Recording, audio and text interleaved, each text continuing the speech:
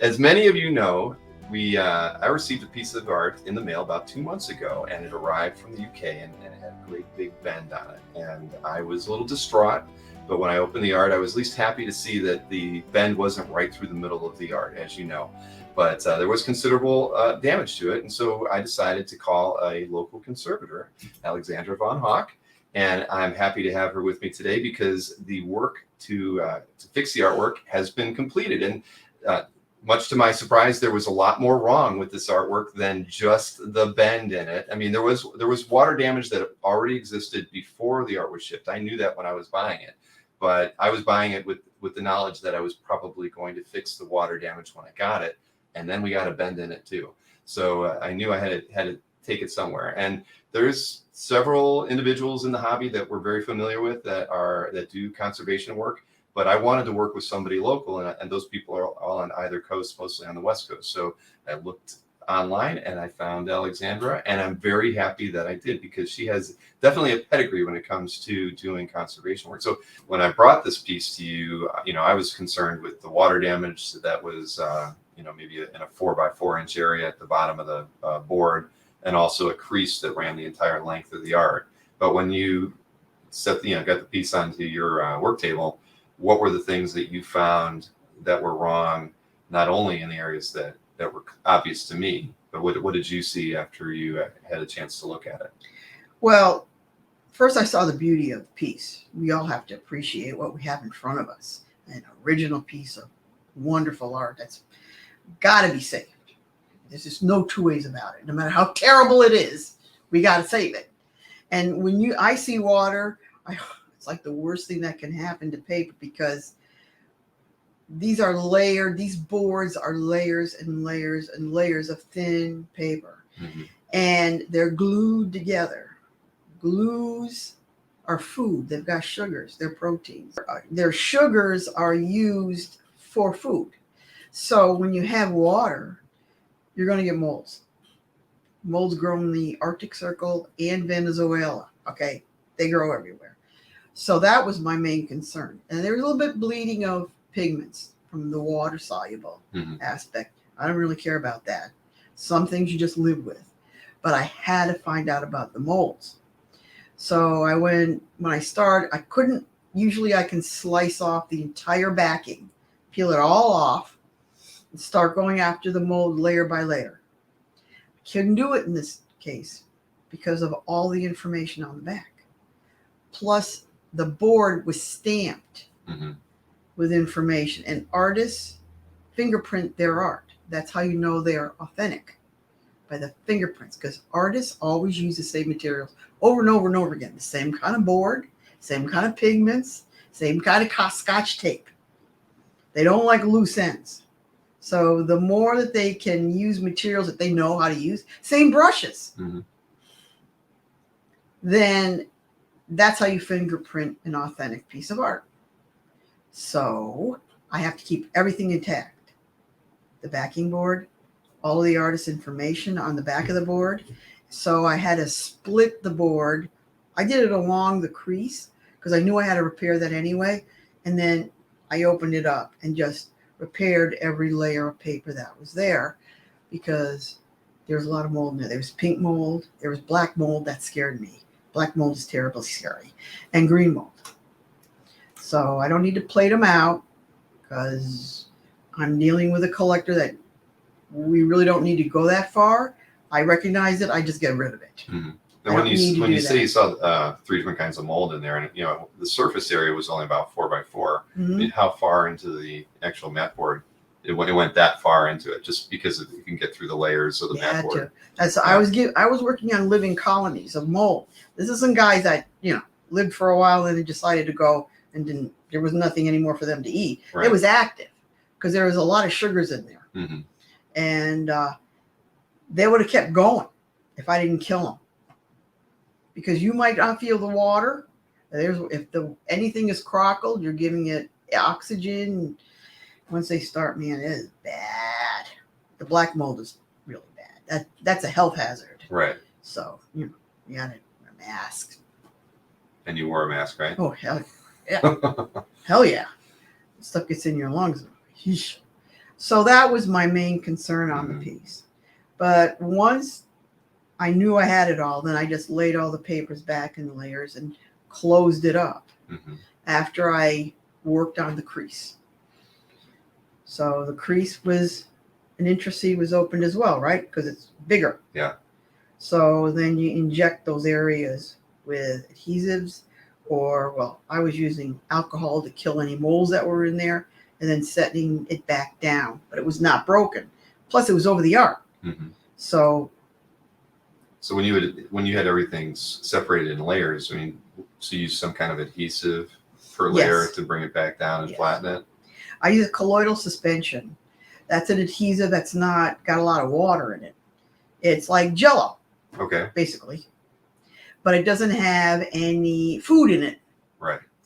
And it also has the stuff in it called dragon blood. And dragon blood is just a name for a mixture of it's like cloves or cinnamon. They used it back in I don't know, 1600s, 1400s. The alchemists started using it. Okay. That's why it's got a cool name, dragon blood. It is, sometimes it's red, but we try to get around that. But you never use anything that is not going to be, it might hurt your client or might hurt the art by migrating. So you don't use all this any fancy chemical at all. You don't have to. Right. Well, that's interesting. So beyond the mold, was there any other imperfections that you saw? I remember I think where the overlay was taped down, there was some glue residue. I mean, Scotch tape. Oh, Scotch tape. That's what it was. It was the Scotch tape residue. So, but that wasn't anything that was harmful to be on the board. Well, I don't like looking at it. A lot of it will come off. Yeah. With the appropriate solvent. A lot of it won't. It cross-links. If it's really, really old, and every piece of tape has its own fingerprint as well. So it's not like you go, oh, I got Scotch tape, I know how to get it off. Completely wrong. You got a container of Scotch tape. I don't know how it's lived. I don't know where it's been. I don't know how it's been stored. Every single piece of tape has its own fingerprint. So what I had to do is test every length of it to make sure I knew what I had. And in your art's case, I didn't get that much off. You'll see it. I stopped it. I made sure that there were no toxins in it. And I removed the top layers that I could right down to the paper. Okay. And then you live with it. So I'm not going to damage your art. Right. And I knew it was going to not move from that point on. I got about 50% of it up and off. Well, why don't we look at your work? Okay. I'm very anxious to see. Watch, he won't like it. Well, we've got it all captured on camera. I know. Forget this.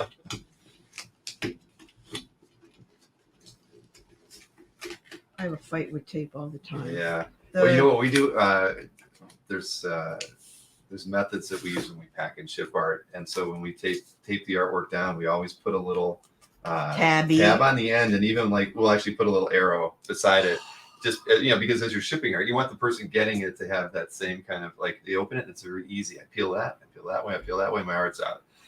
That's a good idea. But the thing is that there's a lot of thoughtfulness in our hobby as it relates to all of this, because and I think it's a lot of it's come about in the last few years. I think as we've gotten new collectors and just people who approach the hobby in different ways. So at any rate, elegant. And then you mark top. Tape, you mark top. Yes, exactly. But painter's tape is definitely the way to go. You don't want to use any kind of packing tape. You get to see it. Watch it. There we go. Well, how about here? How about I take this out? Yep. We'll go ahead and just take that out of the way. I can give this back to you. Yes. Proper. Wow. Okay. Well, that is not how it looked at all before. Thank you. That's amazing. Yeah, because this whole section here was all rippled, and it was already starting to separate right there. It had separated, and we had some. There was some color that was migrating off of this. This is really a complicated piece. This is not drawn. Right. I was going to say that's because I think this was consistent. That was part of the spread in the book, and so I think if I were to look at every spread that was in it. This was just something that they pasted down. So it's not original. These are watercolors, and this, I don't know if it's done on a computer or just an image. But so what you have here is a collection of different kinds of surfaces. If you notice, you got your purple mark on the bottom. Remember how that went yellow? Test the acidity. So now that's your safety for your acidity. It's been first dry cleaned with its very soft ground erasers, very, very soft, and with my fingertips. And I just got the top grime off it because the overlays that were on top of this were full of molds as well. So your whole surface was contaminated. Right. Then you had creases that came through here. Came in like half. And you had pigment loss on some of the watercolors. And I remember this, whatever this is, spacecraft or whatever, you could see the cardboard. It had lifted the paint right off of it. The gouache, watercolors were used on this. Gouache was used on this. And then I went over it with a magnifying glass to make sure that and this was also damaged all through here. All the way up here was all damaged. But I wanted to make sure I wasn't covering or mistaking the artist's work for like a boo-boo. Right, exactly. And some of them were really hard to tell. Like, see this little white thing there? That's not a boo-boo. I thought it was. A magnifying glass showed its reflection. And that's really, really important to the artist's work, to put a reflection right there on that body. So you don't want to mess up. And that's funny because I didn't really give you this. I could have sent you back with the book, for instance, to have seen how it was when it was printed. I mean, that might have made sense, right? Because this isn't an image that you could. I mean, you could have seen that was on there, but I didn't. We didn't even think about that. Right? I should have sent you back with it. No. But I don't want to be. I don't want something else to interpret for me. All right. I got to see what the art is. So you would have turned me down if I would have turned you down. Okay. The art's got to tell me what it wants. So. That's it. Poke it real hard and make sure. I don't want to poke it too hard. I mean, poke it because I didn't know what to expect. I mean, I didn't know. Am I going to still see where the pucker marks were? So I can still see, like, there is some kind of like, because you can hold it up. Right. You don't want to lie here. No. I mean, right. But the thing is, I can tell it's very sturdy. It is flat, but I just didn't know what to expect. Okay. And then the back looks fine too. Is it okay? Yeah, it is. Yeah, I don't complain too often, Alexandra. I mean, I want my clients to be happy. I don't want them to walk out the door and go, oh my God, I hated it. I did one. No. Well, the thing is, this is really a good job. No, I can tell. But I didn't know, for instance, I didn't know if I wouldn't see those kind of striations that are on there.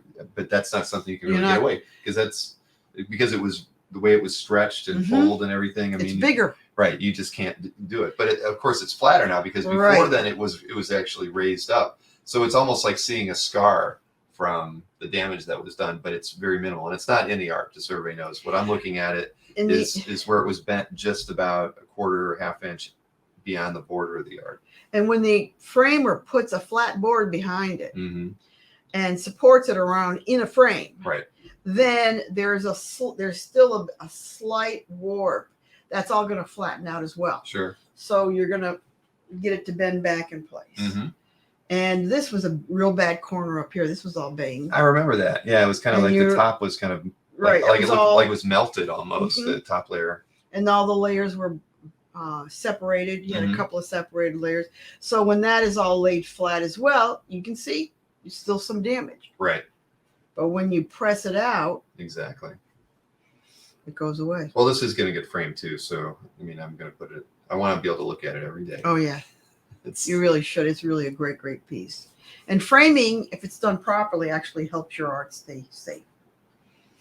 You got to get a right framer. You can't just get some knucklehead in there with an acidic mat. You can't use any of that stuff. Right. And yeah, I can tell you did get I did half of that away, because I remember it being a lot darker than that. And along the bottom, I got that out too. Now you want to see the backside? Well, yeah. You should. I wanted to just kind of see how. Okay, so on here, I mean, yeah, because again, remember my major was sculpture, so so you split it. Is that what you split it up to here? Okay, right, and that was how you were able to peel it apart to get to the mold to then reflatten it. Okay, because I know that. And I split it up here. Ah, all right. So I didn't notice that one. Okay. Oh, and And this is a break. This was the yeah. All right, exactly. Okay, and then I went over all the adhesives. If you feel them, they're not bumpy anymore. Right. Because they have been taken down as far as I can, because I can't do anything else without damaging the board itself. So did you do most of the work from the backside? Mm-hmm. Yeah, for all of that. That makes a lot of sense. Because like This you is said, normally you might have cute. taken the whole I thing would have off. taken it all off. Right. So because of that, you had to score it here to peel it back. Okay, that makes a lot of sense. Yeah. And also the nature of the board. Some boards will split great. The layers just peel right off. This one didn't do that because it was made a lot mushier. So the layers locked into each other. Okay. So if I was going to do that, it was going to damage this. It was might damage the front. Right. And because you got to use blades to get them off. Mm-hmm. And then when you go to put them back on, they're going to be lumpy because of all the different layers that are kind of like screwed up. Right. I didn't like. I thought about it a long time, decided what I was going to do, but this is the best way for this piece. No, I mean it's. I'm very happy. It's so much better than it was. Good. You know, but something that's this old. You know, the one thing we always talk about in our hobby is that you know it's one of a kind. You could have fingerprints on it, smudges, dings, whatever. You know, you kind of take what you get at the end of the day. So you know, artwork doesn't have to be perfect, you know, because it is one of a kind, but it needs to be preserved. It needs to be preserved, and Yeah. you have to learn to appreciate the patina of time. Mm-hmm. In fact, I preserved a fingerprint of the artist's work on the overlay. Remember, I showed it to you. Yeah. You don't take off the fingerprint. Exactly. No, this is great. I'm very, very, very happy. And then when you frame it, it's even going to be flatter, Mm-hmm. so it'll support it. So, that's right, because you said it still has a little bit of a warp, but that's Right. because it needs more support, right. Yeah, and that's where your framing will come in.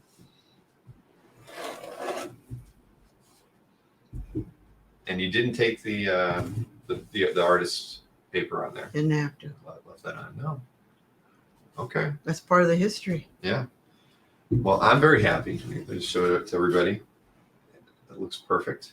I'll definitely take some close-up photographs of this as well, so we can appreciate it in a better lighting than I have here in my office. But no, I mean, this came out wonderful, Alexandra. I'm really, really I'm glad pleased. you're happy with it. Yes, I encourage people to not look at a piece of paper and say, "Oh my gosh, can't be fixed. Let's just throw it away." Right. Because a good conservator can do amazing things to save a piece of art. And you need to at least get to a conservator that gives you that option before you make a decision Right. of killing it. Fantastic. All right. Well, I look forward to wrapping this up with you. But thank you, everybody, for watching this. Obviously, there's a lot to learn here. And this was only, there were only certain things wrong with this project, this piece of art, because in our hobby, obviously, there can be pieces of art that are torn in half, or they're missing part of a corner because it got torn off, or any number of things. But the thing is, a conservator who knows their stuff can fix pretty much any problem that you've got with your original artwork. And so I would encourage you to reach out to Alexandra if you have any pieces of art that you feel need work. She will definitely be a straight shooter and be very honest about what it's going to cost and whether or not she's willing to take the job. But all the contact information for Alexandra will be part of the description right down below on this website. So thank you so much.